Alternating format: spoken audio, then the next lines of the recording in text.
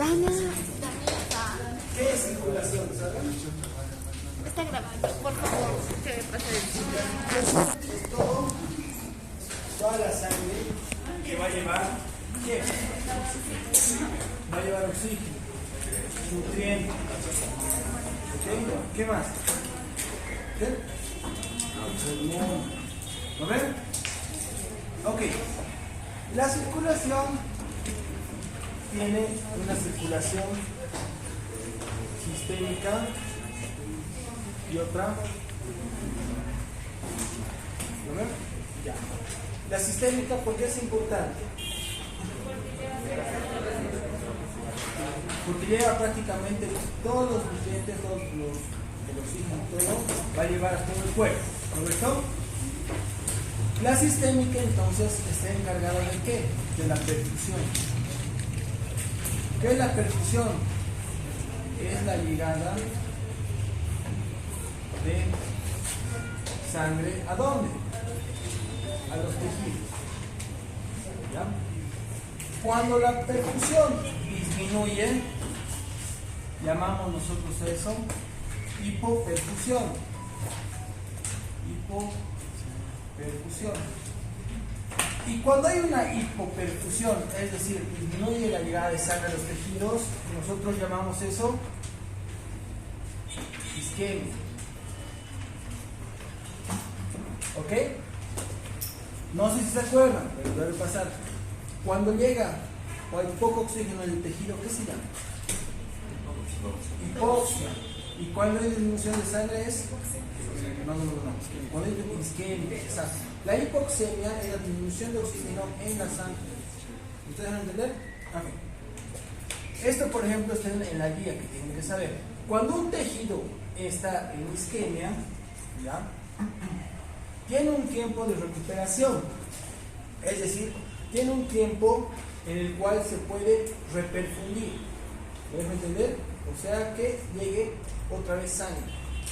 Si ese tiempo pasa y el tejido sigue con isquemia, el tejido muere y se llama y pasamos a un estado de necrosis. ¿Ok? Conceptos importantes, ¿por qué? Cuando hay alteraciones del corazón y no llega sangre, ¿cuál es la irrigación principal del corazón? Las coronarias. Las coronarias nacen de la base de la aorta. La aorta nace del ventrículo izquierdo, ¿correcto?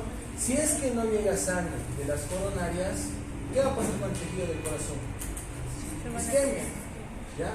Eso es lo que llamamos síndrome isquémico coronario. Una patología que vamos a ver, síndrome isquémico coronario. ¿Ok? ¿Qué está en relación con qué? Con el infarto. El infarto del miocardio. ¿Me van a entender? Ya, ok. Entonces, en cuanto a la circulación pulmonar, ¿de qué está encargada?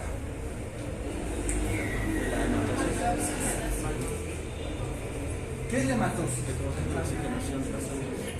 Proceso de oxigenación. Intercambio de gases, ¿verdad?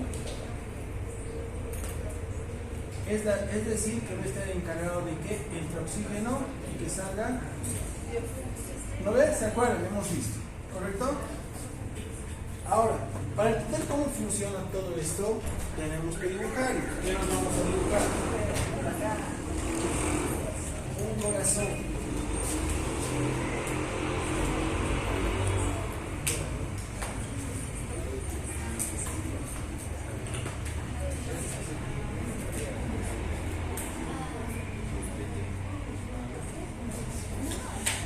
Entonces, dibujamos un corazón. ¿Qué sale del ventrículo derecho? ¿Qué sale del ventrículo derecho? La arteria pulmonar, ¿correcto? Sale. ¿Y qué sale del ventrículo izquierdo? La aorta. La aorta. ¿A ver? Va por acá.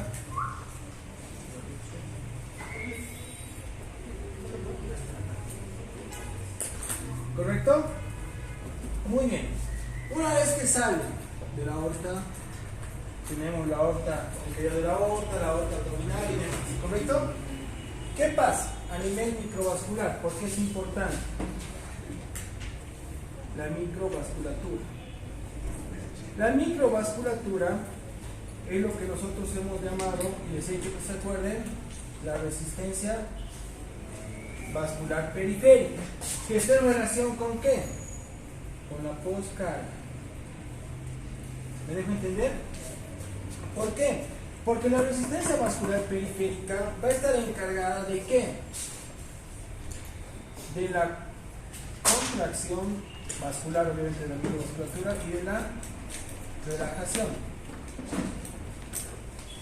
Y a partir de esta microvasculatura que está encargada de la contracción y la relajación, la presión arterial se va a poder regular, es decir, regula la presión arterial. ¿Ok? ¿Qué es presión arterial? La presión que se hace cuando viaja por la arteria. Es una fuerza que ejerce ¿quién? Vamos a ponerle un líquido, ¿ya? La sangre. ¿Contra qué? Contra las paredes. Las paredes. ¿Lo ve? Ok. Entonces, el corazón, el ventrículo izquierdo, tiene que hacer fuerza, tiene que hacer una fuerza, ¿ya? Para vencer una resistencia, ¿ya? Esa fuerza que hace, nosotros lo llamamos presión arterial sistólica. ¿Por qué sistólica? Porque se contrae. ¿Me dejo entender? ¿Y cuánto es lo normal? 120. ¿Correcto? Una vez que el corazón vence esta fuerza, entra en un periodo de dilatación, relajación. También tiene una presión, la presión arterial diastólica, que es de mercurio. ¿Me dejo entender? Ya. Estos dos se regulan entonces a través de la contracción o relajación de la microvasculatura, es decir, la resistencia vascular periférica. Les voy a poner para que me entiendan. Si es que la microvasculatura está contraída, ¿qué pasa con la fuerza? Con la presión arterial sistólica. ¿Aumenta o disminuye? ¿Por qué aumenta? Tiene que vencer. Exacto, tiene que vencer ese pequeño lumen, esa pequeña luz. ¿Me dejo entender? A diferencia, si estaría dilatado, no tiene que hacer tanta fuerza. No sé si se acuerdan cuando vimos nuestras primeras clases, la regulación del sistema cardíaco, centro vasomotor, contracción, ¿se acuerdan? Sí. Ya. Eso es base, es una visión general, digamos, para que me entiendan esto, ¿ya? Entonces, sale la sangre. ¿Llega a qué? A la microvasculatura. Y la microvasculatura está compuesta de ¿qué? Capilares.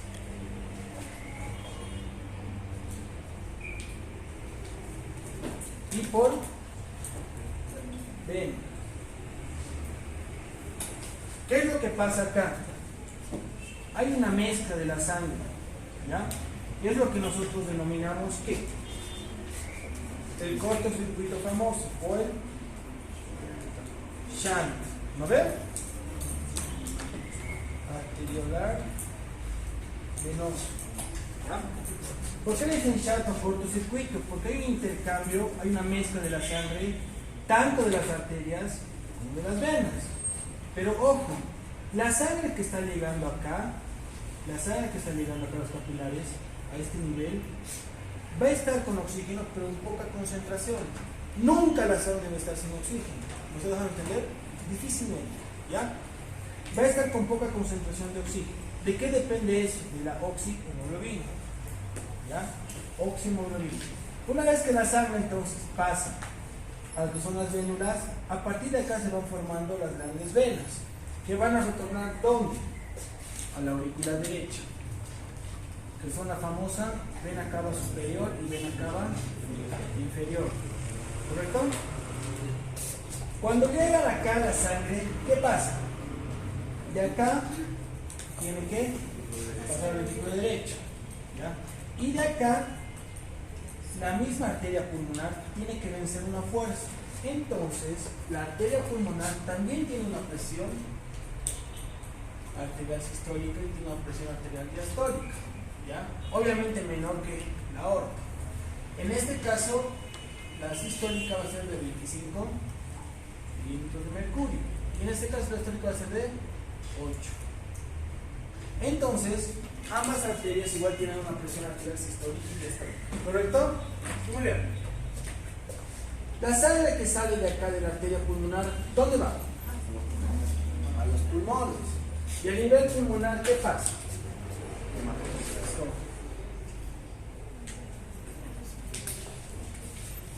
Igual, ¿no ven?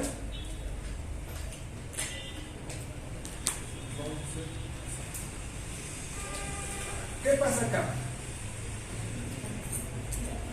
Sale, entra. ¿A ver? Irónico porque a partir de acá la sangre que está en las venas pulmonares va a ser oxigenada, a diferencia de las otras venas, ¿correcto? Ya. Se forman las venas entonces. ¿Qué venas? Pulmonares. ¿Dónde van a desembocar? En la izquierda. De aquí va a pasar al lado izquierdo y vuelve a salir la sangre. Todo este ciclo, todo esto es el ciclo cardíaco. ¿Ya? Ciclo cardíaco. Entonces, se podría decir que los ciclos cardíacos son similares a lo que es la frecuencia cardíaca, es decir, los latidos. ¿Qué son los latidos? Es la apertura y cierre de las válvulas. ¿Qué válvulas? Tenemos la válvula tenemos la válvula tenemos la válvula aórtica y la válvula pulmonar, ¿correcto? Estas válvulas son las encargadas de regular también el paso de sangre entre las mismas cavidades del corazón. Cuando hay una alteración de estas válvulas, hablamos de valvulopatías, ¿ya? Y cuando hablamos de valvulopatías, hablamos de dos procesos: estenosis e insuficiencia, ¿ya? Estenosis e insuficiencia. Entonces, se lo voy a poner así. Si son 4 válvulas y hablamos de estenosis, insuficiencia, estenosis, insuficiencia, estenosis, insuficiencia, estenosis, insuficiencia, hablamos de 8 patologías en general. ¿Me dejo entender? Ok.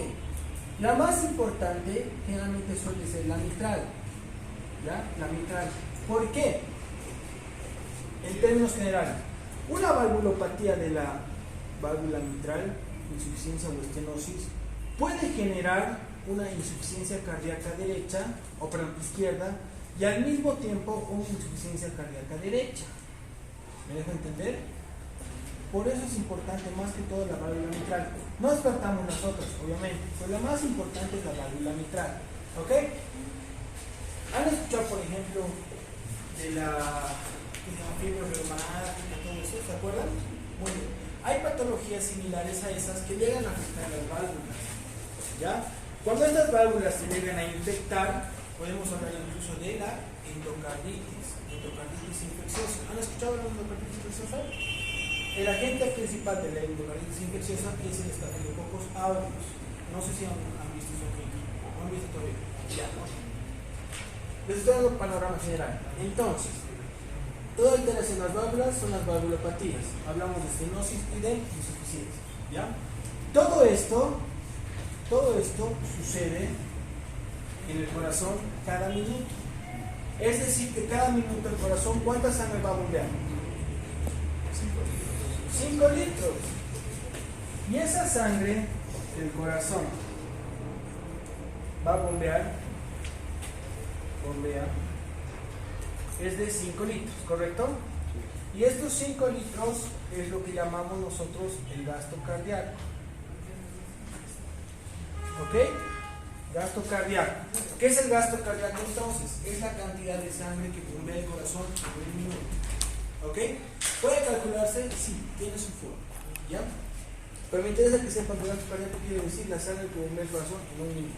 Es decir, 5 litros. ¿Ok? ¿Preguntas hasta ahí? Ninguno. ¿Seguros? Ya. Entonces, vamos a hablar de los dos sistemas. ¿Qué más tenemos que aprender acá? La tensión y la presión. ¿Cuál es la diferencia? ¿Qué es tensión? Igual es una fuerza. ¿Que ejerce quién? ¿Que ejerce quién? La pared. Si quieren bascular. ¿Ok? Y la presión hemos dicho que es la fuerza que ejerce un volumen, ¿correcto? Un volumen. Muy bien. Entonces, los vasos van a estar en constante cambios de presiones. ¿Me dejo entender? Y esos cambios de presiones son percibidos por ciertos receptores. ¿Qué receptores? Varoreceptores. ¿Se acuerdan que hemos hablado de los varoreceptores? Ok. Además, no solamente hay varoreceptores, hay quimioreceptores. ¿Qué son los quimioreceptores? Son receptores químicos. Entonces, la sangre, al transportar oxígeno y demás hormonas, también va a transportar sustancias químicas, entre estas el oxígeno, el dióxido de carbono, ¿sí o no? Sí. Esos quimioreceptores van a percibir la concentración tanto de oxígeno como de dióxido de carbono, que también tiene su estimulación ya a nivel central para que la sangre pueda oxigenarse más, es decir, va a estimular la oximoglobina para que capte más oxígeno. ¿Me estoy dejando entender? ¿Qué es sus pros y cons? Les pongo un ejemplo. Si es que, digamos, la oximoglobina aumenta la captación de oxígeno, ¿de dónde va a salir el oxígeno? De los tejidos. Entonces el tejido va a perder oxígeno. Entonces puede entrar en isquemia, hipoxia. ¿Me estoy dejando entender? Ok. ¿Hasta ahí preguntas? ¿Tienen un Kleenex? No todo. ¿Qué? ¿Alguna comunicación interventricular en la presión anterior generalmente cuando hay una comunicación interventricular que dices, o sea, me estás diciendo que está comunicando la sangre de acá a acá, ¿lo ven? Este caso, por ejemplo, son generalmente enfermedades congénitas, ¿lo ven? Un adulto, por ejemplo, que tenga una comunicación intraventricular llamaría la atención, porque eso generalmente se encuentra, se diagnostica cuando los niños nacen. ¿Me entiendes? ¿Tienen que operarlos? Sí. ¿Entiendes? Sí, de hecho. En ese caso, por ejemplo, obviamente las presiones van a variar. ¿Por qué? Porque a nivel del ventrículo izquierdo va a llegar sangre de la aurícula y también va a pasar sangre del ventrículo. Pero ¿cuál es el problema? Que la sangre que está pasando acá está desoxigenada. ¿Me entiendes? Pues va a haber una mezcla de sangre y al final el paciente se puede descompensar. O sea, no hay persona que tenga una comunicación, no hay diagnosticado de niños, es bien difícil. ¿Me entiendes? Ok, ¿qué más?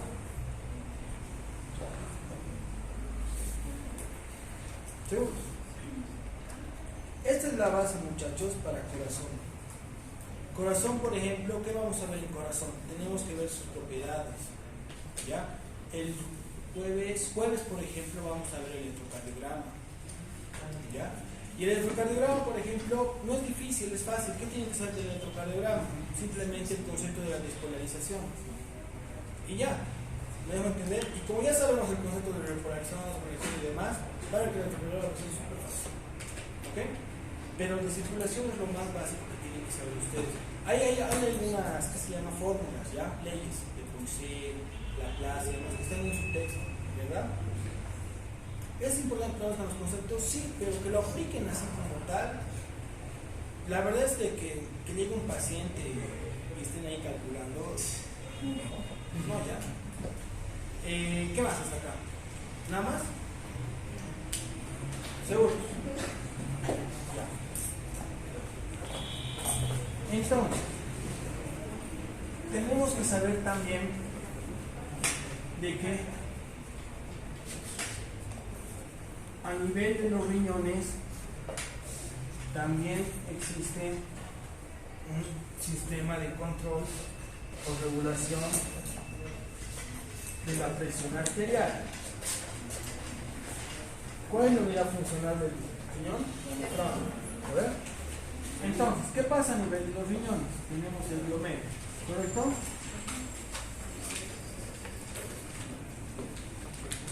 Y tenemos una arteriola ascendente y eferente. y eferente. ¿No ves? Entonces, ¿qué pasa a nivel de los riñones? Que tienen que saber. Es como una coladera.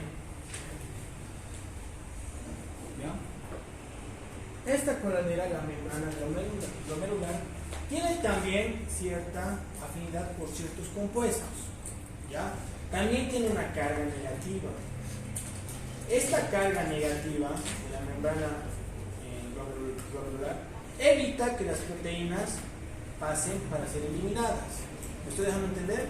Si es que nosotros encontramos proteínas en un examen general de orina, estamos pensando que el paciente puede tener una falla renal. ¿Me estoy dejando entender? Ok. Entonces, ¿qué es importante acá? A este nivel, donde estoy dibujando, están células de la mácula densa, ¿ya? Estas células de la mácula, densa.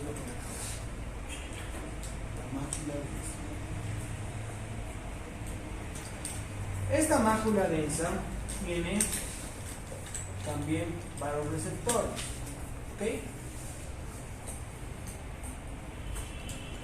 Entonces, ¿qué es lo importante de acá?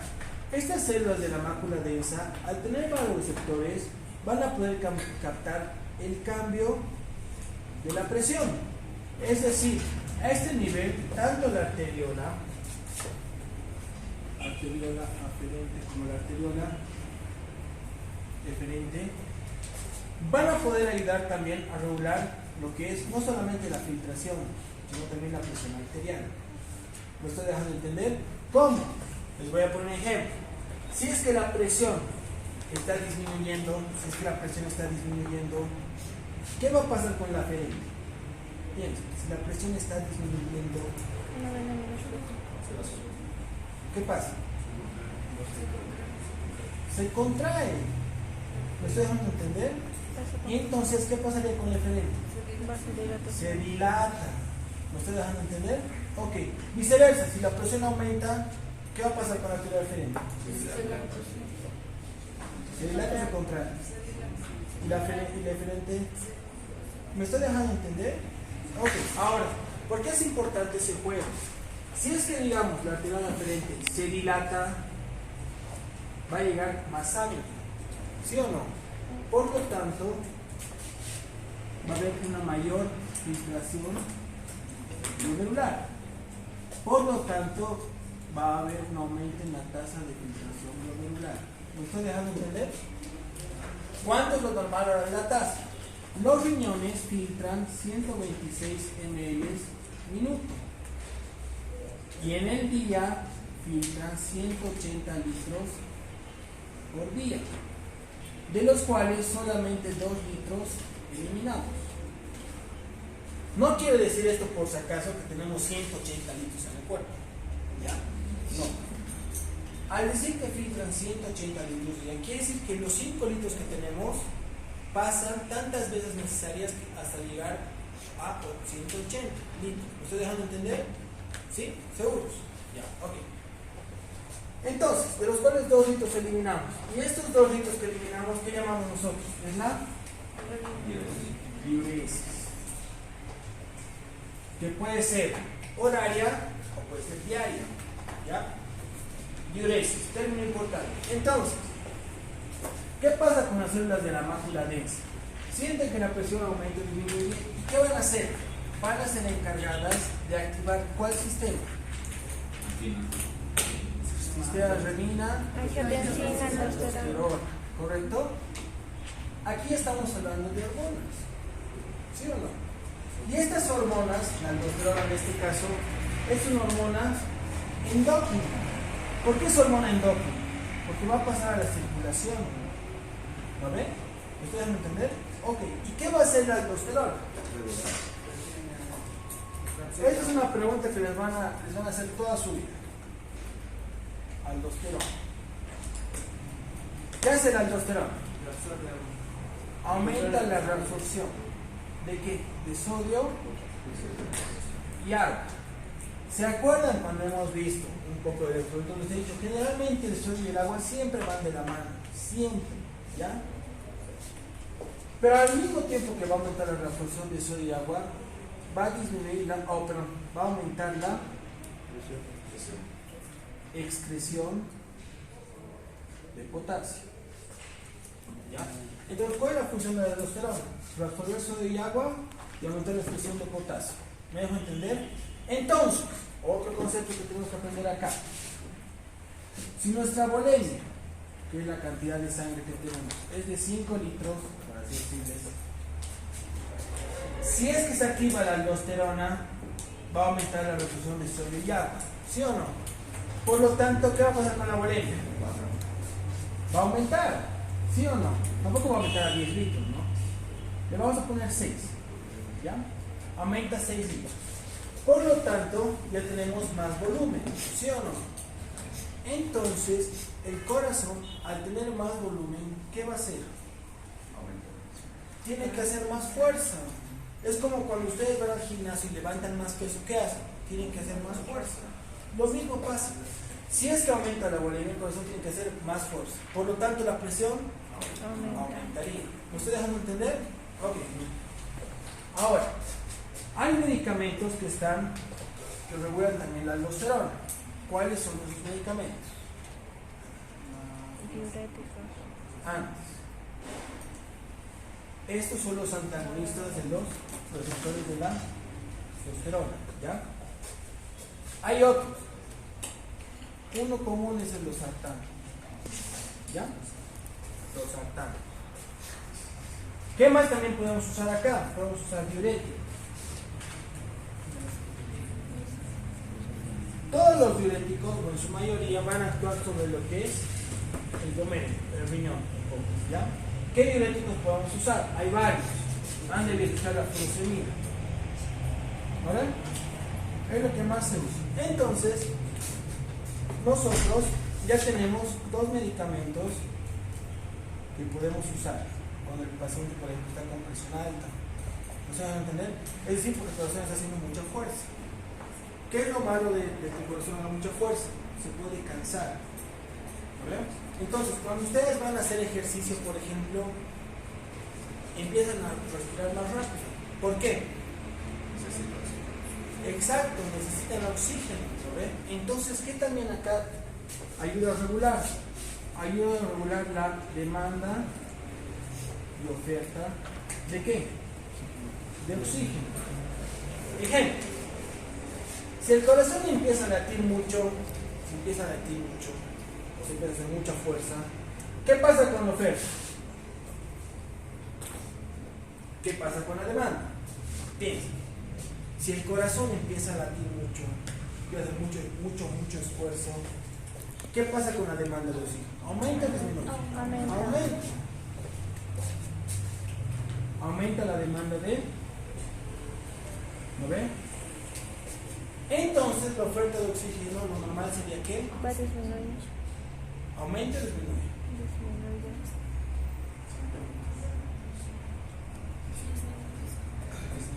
Tiene que aumentar. Eso es, ¿por qué?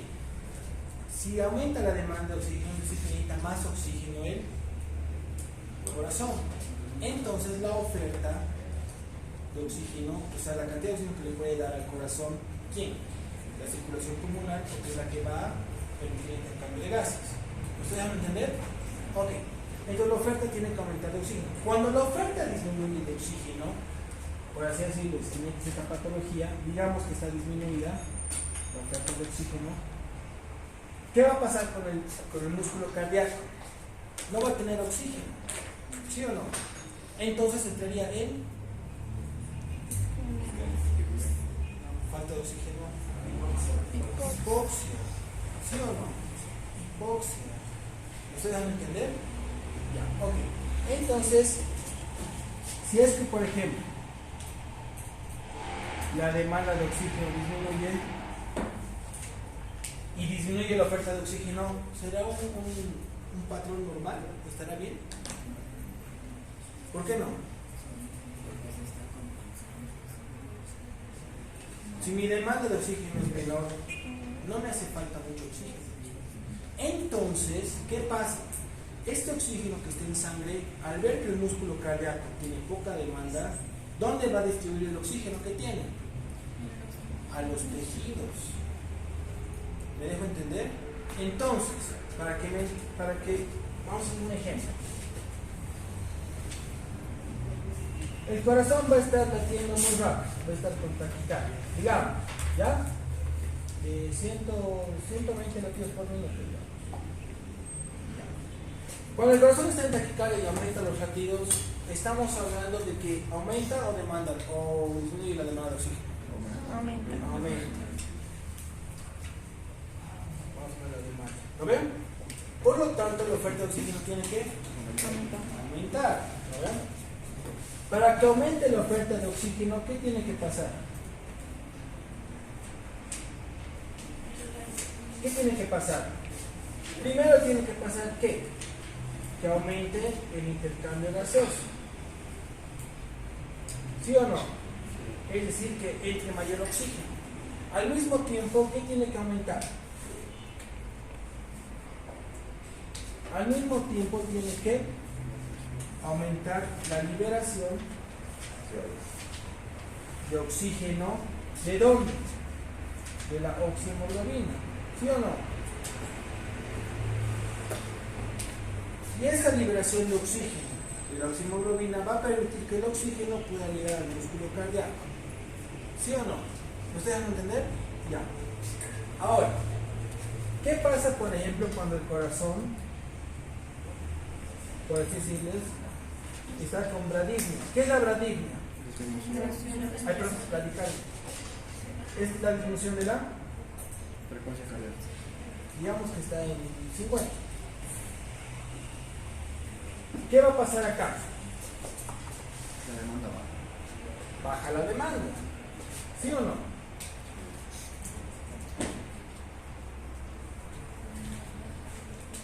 Acá entonces, primero, disminuye ¿qué? La demanda de oxígeno. Por lo tanto, ¿qué va a pasar con el oxígeno en sangre, en la oximoglobina? Ya no va a liberar el oxígeno en el corazón, entonces va a ir a liberar el oxígeno en los demás tejidos. ¿Me estoy dejando entender?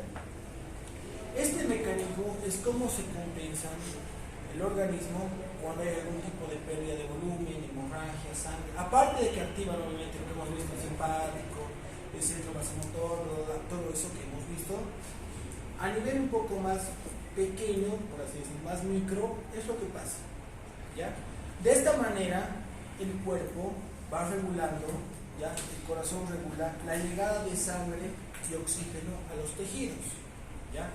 Por ejemplo, en el caso de la cabecita del cerebro, tiene un tiempo máximo en el cual puede estar sin mucho aporte de sangre, por así decirlo. ¿Ya? Son entre 4 o 6 horas.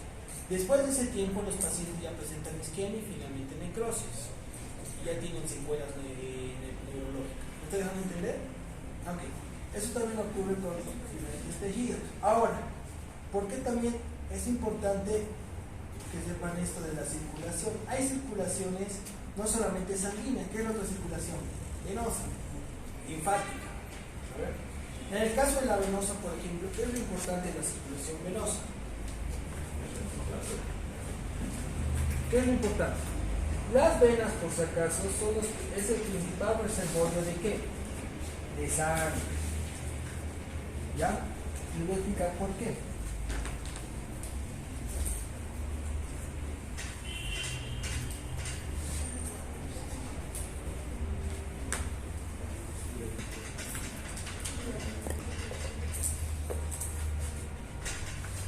Las venas.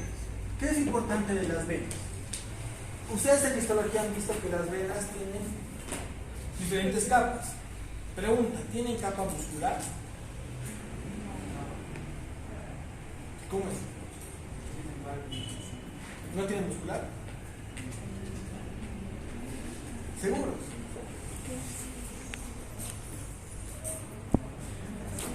¿Quién dice que no tiene? ¿Sí tiene? ¿Quién dice que tiene? ¿Quién no sabe cómo es? ¿Tiene o no tiene? No tiene. Tienen válvulas en el Entonces, las venas, ¿han ido a escuchar alguna vez las varices, no? ¿Sí? Ya. ¿Qué son las varices? ¿Qué piensan ustedes que son las varices? ¿Qué? No. Cuando se dilata. Ya, ¿qué más? Un mal funcionamiento de las válvulas. de Oh, la ¿qué son las varices? Hay señoras, ¿no?, que están con varices. Que son bien dolorosas. ¿Qué es varices? Mal funcionamiento de las válvulas. ¿Está bien? La dilatación y el agrandamiento de las ¿Qué? venas. La dilatación y el agrandamiento de las venas podría ser. Ya. Ya. Hay un reto superficial y profundo. Generalmente son las profundas, depende. ¿Han de estudiar ahí de insuficiencia venosa profunda? ¿Han escuchado alguna vez? Ya, ok. Esas son patologías del sistema circulatorio, por ejemplo. ¿Me entienden? Que en su momento sí vamos a tocar las mencionadas. Todavía no nos puedo explicar ese pato porque nos vamos a perder. ¿Ya? Pero en este caso las venas, por ejemplo, tienen unas válvulas. Entonces, la sangre que está acá, las venas, la sangre que está acá, va a tener que subir. ¿Me dejo entender? ¿Y cómo va a ir subiendo? Poco a poco las arterias con una presión va a ir empujando, que van subiendo, subiendo. ¿Correcto? Entonces, las venas, ¿en qué nos van a ayudar? Nos van a ayudar a mantener lo que ustedes saben, el retorno venoso. ¿Qué es el retorno venoso? Es la cantidad de sangre que va a volver a la aurícula derecha. Es decir, que vamos a hablar de la precarga. ¿Se acuerdan cuál era la poscarga? He dibujado al principio. He dibujado al principio. ¿Cuál era la poscarga? ¿Qué? No, poscarga. Estoy dibujando acá. No. Está dibujado. La poscarga era lo que es la resistencia vascular periférica, a diferencia del retorno venoso que es la precarga. ¿Se acuerdan? Ok. Entonces, al ser un reservorio de sangre, ¿qué va a pasar acá? Se encargan de mantener el retorno venoso, es decir, la precarga. Cuando un paciente, por ejemplo, van a ver, pierde sangre o baja su presión, sin la necesidad de tenerle que poner una vía o algo, se levanta sus piecitos. ¿Han visto? Se levantan los pies. ¿Para qué? Para precisamente la sangre de ahí pueda volver. ¿Me dejo entender? No está bien que sea siempre que la presión baja, pero generalmente se lo hace. ¿Ya? No es una indicación, pero... Entonces, ¿qué va a pasar acá? La sangre tiene una viscosidad. ¿Sí o no? Tiene una viscosidad. ¿Qué son las válvulas? Cuando hay una insuficiencia de estas válvulas, ¿ya? Una insuficiencia, ¿qué va a pasar? La viscosidad de la sangre va a aumentar. Ese aumento de la viscosidad de la sangre es lo que llamamos éstasis sanguínea. ¿Ok? Éstasis sanguínea. Al aumentar la éstasis sanguínea, su viscosidad, va a aumentar el riesgo de que se formen ¿qué?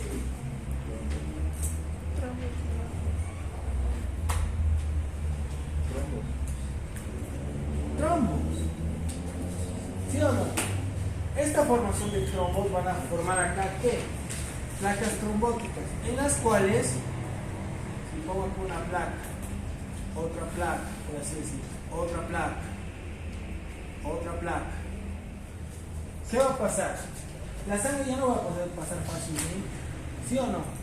Entonces, las venas van a empezar a dilatarse. Y es lo que nosotros vamos a ver en las piernas, por ejemplo, de los hombres, las mujeres que tienen esas venas grandes, ¿no ves? Tortuosas. Esas son las varices. ¿Me dejan entender? Ya, ok. Aumenta el riesgo de trombos. Y si aumenta el riesgo de trombos, ¿qué va a pasar? Esos trombos, depende del tamaño obviamente, si es que viajan, ¿dónde?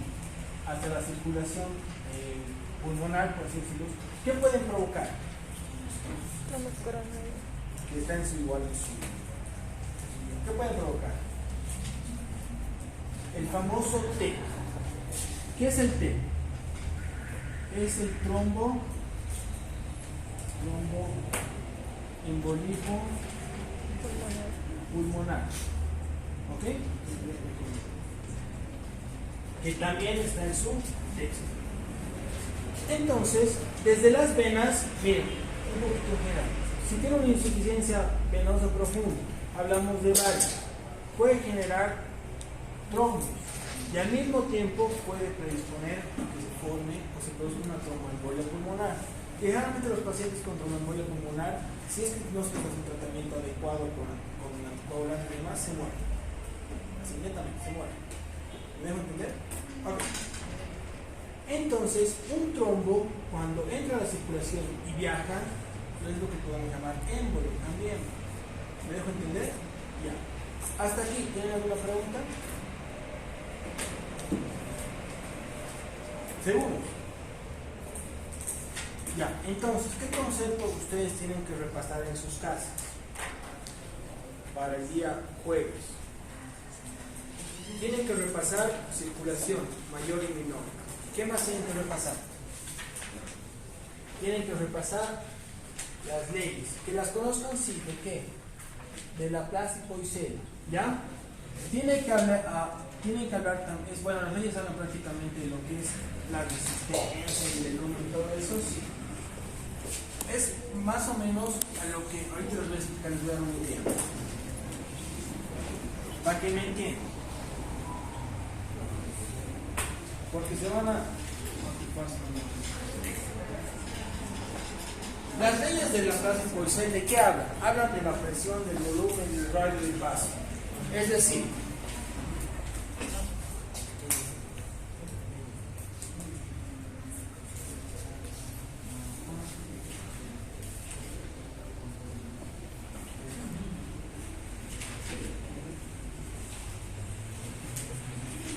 vamos a hacer de cuenta que estos son dos archivos, ¿ya? Lo que está acá adentro vamos a hacer de cuenta que es la luz, el humo, ¿ya? Okay. Entonces, cuando el radio acá, ¿qué es el radio?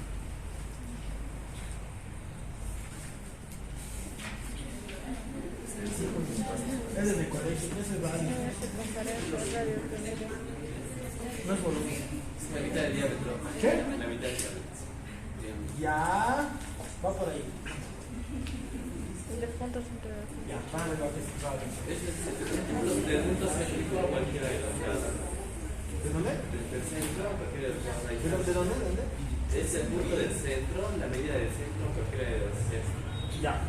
Entonces, su compañero no idea. Si el radio acá es pequeño, ¿qué pasa con el volumen? Si el radio acá está disminuido, ¿qué pasa con el volumen? ¿Qué? Es también está disminuido.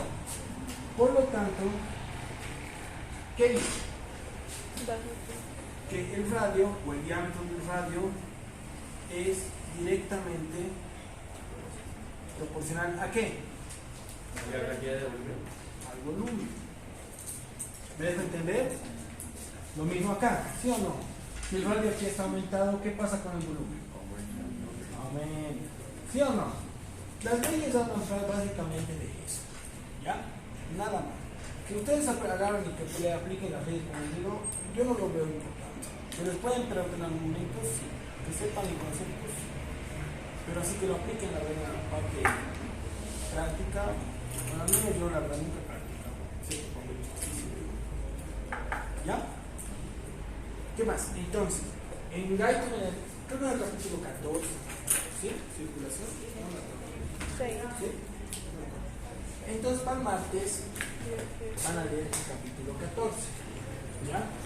Pero no solamente el 14, hay un capítulo que habla de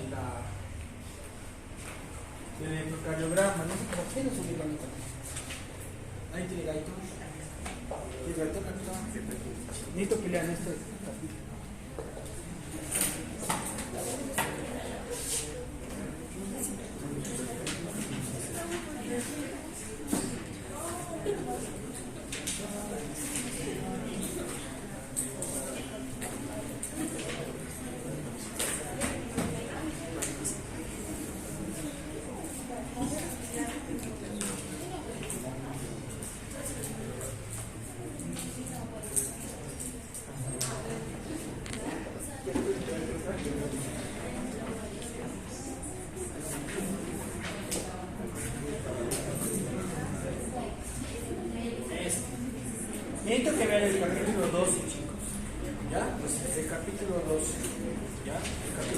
No es muy largo ya, pero por lo menos que lo lean. ¿De qué trata el capítulo 2? Les voy a dar una visión, un resumen ya.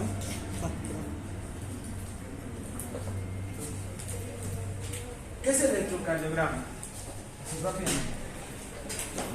¿Qué es el electrocardiograma?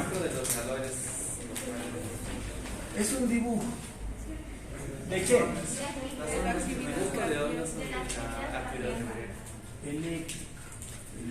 Electrocardiograma eléctrico. ¿De qué? Del corazón. Entonces, ¿qué conceptos acá van a leer en ese capítulo? Primero van a hablar de la membrana de reposo. Es decir, que va a tener ahí una carga negativa. ¿Sí o no? Van a hablar al mismo tiempo de qué? De la despolarización. Y van a hablar de la repolarización. ¿Qué es la despolarización? Hemos visto. Cuando dentro de la fibra, en este caso cardíaca, ¿qué va a pasar?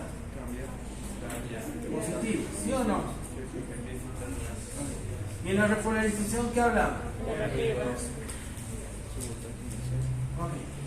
El electrocardiograma mide precisamente esta actividad. ¿Me dejo entender? Y para que se dé esa actividad, obviamente, iones importantes. ¿Qué ion tienen que saber, tienen que leer ahí? Calcio. Otro también, hay los canales van a leer lentos de calcio. Hay también los canales de fuga de qué? De potasio. ¿Se dan cuenta que lo que hemos visto en lo que es potencial de neurona nos está sirviendo para entender el electrocardiograma? O sea, si no entendemos esto, el electro estamos en pepas. Así en pepas. ¿Me dejo entender? Ahora, para tomar en cuenta el electrocardiograma, por ejemplo, que van a leer en su libro, habla de qué? Electrodos. ¿Sí o no? Los electrodos. Hay electrodos bipolares y monopolares, que van a ver 6 y 6. Estos electrodos, tanto bipolares como monopolares, ¿qué van a hacer? Van a permitir darnos 12 derivaciones. En el electrocardiograma, ¿ya? Hay derivaciones. Cada derivación, ¿ya? Valora cierto segmento del corazón. ¿Me dejo entender? Ok. ¿Cuáles son las 6 derivaciones? La 1, la de 2, la 3, ¿qué más? ABF, ABL y ABN. ¿Y cuáles son las derivaciones monopolares? B1, B2, B3, B4, B5, B6. ¿Me dejo entender? Cada una de estas derivaciones, como les digo, valora ciertos segmentos del corazón. Les voy a poner un ejemplo, ¿ya? Si digamos estaría alterada el B3 y el B2, por así decirles, podríamos pensar, por así decirles, en un infarto de la cara anterior del corazón, por así decirles. ¿Me dejo entender? Ya. Para saber, pero que está normal, tienen que saber qué es un ritmo sinusal. ¿Sí o no? Ritmo, les estoy dando los tips para que ustedes lean. ¿Ya? El ritmo sinusal es lo que nos va a ayudar a determinar si el electro está normal o no, si tiene un ritmo normal o no. ¿Ya? Cuando vemos que no tiene un ritmo sinusal, ya podemos pensar en alguna alteración. ¿Ok? Entonces, ¿cuál es el dibujo de un electrocardiograma? Que debería... El dibujo teórico es así.